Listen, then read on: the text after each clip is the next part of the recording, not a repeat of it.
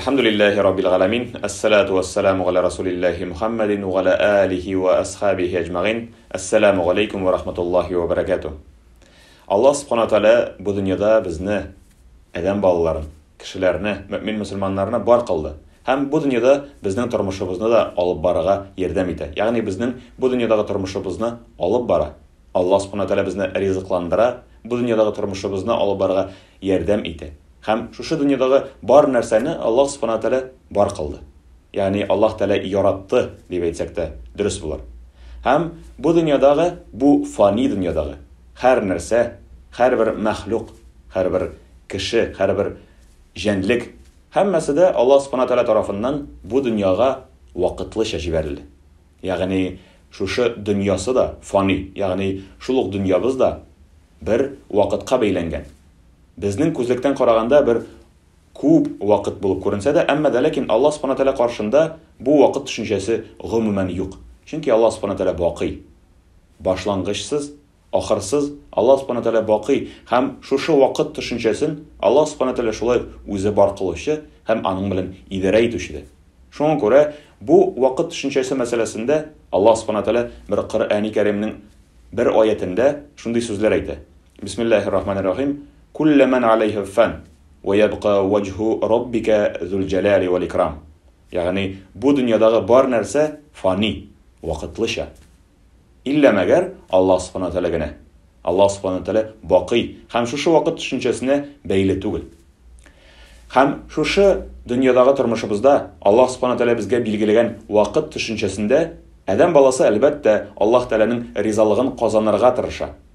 Mümin musulmon Allah Teala'ni tanıgan bende. Allah Teala'ni tanıp aning qo'shgan bo'yicha yasharga tirishuvchi. Allah subhanahu Teala'ning Qur'on Karimindən bo'lgan bizga tegishli ayberlarni boshqaruvchi, ham tiyilgan ayberlardan tiyillarga tirishuvchi bandalar shu qisqa vaqtni Allah subhanahu Teala bizga bergan shu vaqt tushunchasida albatta o'zining turmushin tegishli ravishda opalarga tirishadi. Ammo lekin qo'y vaqt yolg'ishib da qo'y vaqt gunohga da kirib ketirgan mumkin. Allah subhanahu wa ta'ala Qur'oni Karimda adam balasi turida aytganda illallazina amanu va amilus solihati deb ko'pgina oyatlarda Allah subhanahu wa ta'ala aytadi. Ya'ni iymon keltirgan banda, Allah subhanahu wa ta'alaga ishongan banda, Allah ta'alaning shu tegishli iboralarini qabul etgan banda shul vaqtda izgilik qiluvchi deb aytadi. Ikkisi barabar keladi. Ammo lekin bunga qaramasdan Allah subhanahu wa ta'alaning bir so'zi Peygamberimiz sallallohu alayhi vasallam aytgan so'zi, ulda bo'lsa kishilar xatolanalar. Ham Alloh subhanahu va taolo shu xatolarini qabul etgan, xatolarini tanib, Alloh subhanahu va taolaga keri qaytib, tövbe, istig'for qilishlarini yaratam deb aytadi. Shunga ko'ra bizda bu dunyoda turmushimizni olib borgan vaqtda kimchiliklarimiz bo'lar. Nishikkina qarasak da, nishikkina amal ibodatlarimizni o'tamasak da, baribir bu dunyodagi turmushimizni olib borganda kimgadir yolg'ishqina nashar so'z aytirga mumkin. Kimni yolg'ishqina turtib ketirga, yeysa o'zimiz da shuni sezmaycha, nindidir gunoh ishlab qo'yarga mumkin. Shunga ko'ra biz albatta Alloh subhanahu va taolani tanigan Payg'ambarimiz sallallohu alayhi vasallamga yergan bandalar bo'larak Rasul akram sallallohu alayhi vasallamning shu sunnatini o'zimizga olarga tegishli bo'lamiz. Ya'ni Rasul akram sallallohu alayhi vasallam shunday so'zlar aytdi. Men ham payg'ambar bo'larak kunini 70'er topqir istig'for qilam deb aytadi.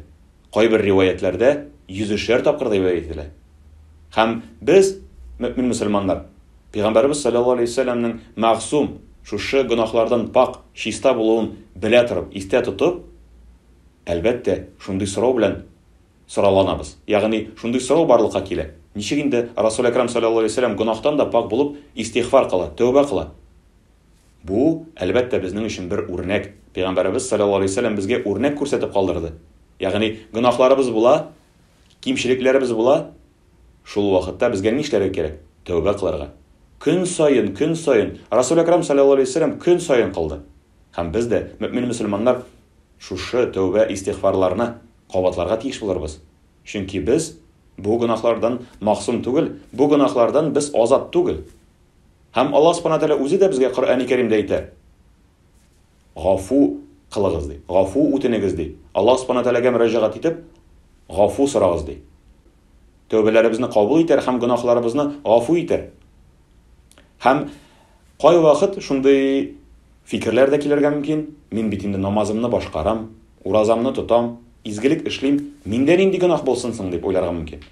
Әмма дә ләкин бу гөнаһларны без әле күрмибез. Шуңа күрә дә без әлбәттә шушы истихфарларыбызны бер башлап калдырмаска тиеш булырбыз. Һәм шул ук вакытта Аллаһ Субхану тәгаләгә мөрәҗәгать итеп, гафу ит мине дигән рәвештә. Аллаһ Тәгалә, я Раббым, нинди генә белеп һәм белмичә кылган гөнаһларымны гафу ит дип әйтәбез. Һәм әлбәттә Пәйгамбәрбез саллаллаһу алейһи ва сәлләмнең сүзләрен һәм Аллаһ Субхану тәгаләнең сүзләрен дә алып, без шулай ук үзебезнең кардәшләребезне, үзебезнең туганнарыбызны, үзебезнең үй әһелләребезне, хатыннарыбыз, балаларыбыз, аларны да гафу итәргә өйрәнергә тиеш булырбыз. Чөнки алар да шундый ук бәндәләр, алар да шундый ук кешеләр. Алар да ялгышырга мөмкин, ниндидер хата ясап куярга мөмкин. Һәм бу безнең күзлектән ниндидер зур гөнаһ булып күренсә дә, әмма дә ләкин ул шундый ук адәм баласы, инсан. Һәм аны гафу итәргә өйрәнсәк, башкаларны гафу итәргә өйрәнсәк, ул вакытта һичшиксез Аллаһ Субхану тәгаләнең гафуы да безгә дә ирешер. Һәм безнең тәүбәләребезне, безнең гафуларыбызны Аллаһ Субхану тәгалә кабул итер. Ә инде бу дөньядан тәүбә белән, бу дөньядан гафу белән үтеп китү, ул да булса бер зур бер бәхет. Һәм без әлбәттә уйланырга тиеш түгел. Мин бит әле яшь, минем бит әле вакытым бар. Вакыты җиткәч, картайгач тәүбә кылырмын дип андый фикерләр булырга тиеш түгел. Чөнки без белмибез. Аллаһ Субхану тәгалә кайчан безнең әҗәлебезне билгеләп куйган? Бүгенме, иртәгәме, яисә берәр 40 елдан соңмы? Өлкәннәргә генә карап, без бер үрнәк алырга тиеш. Без нинди генә яшәбездә булмасак та тәүбә кылып, Аллаһ Субхану тәгаләгә истигъфар кылып, һәм шул ук вакытта кардәшләребезне дә гафу итәргә өйрәнергә тиеш булырбыз. Аллаһ Субхану тәгалә һәммәбезнең дә тәүбә истигъфарларыбызны кабул итеп, хата, гөнаһ, кимчелекләребезне гафу итсен.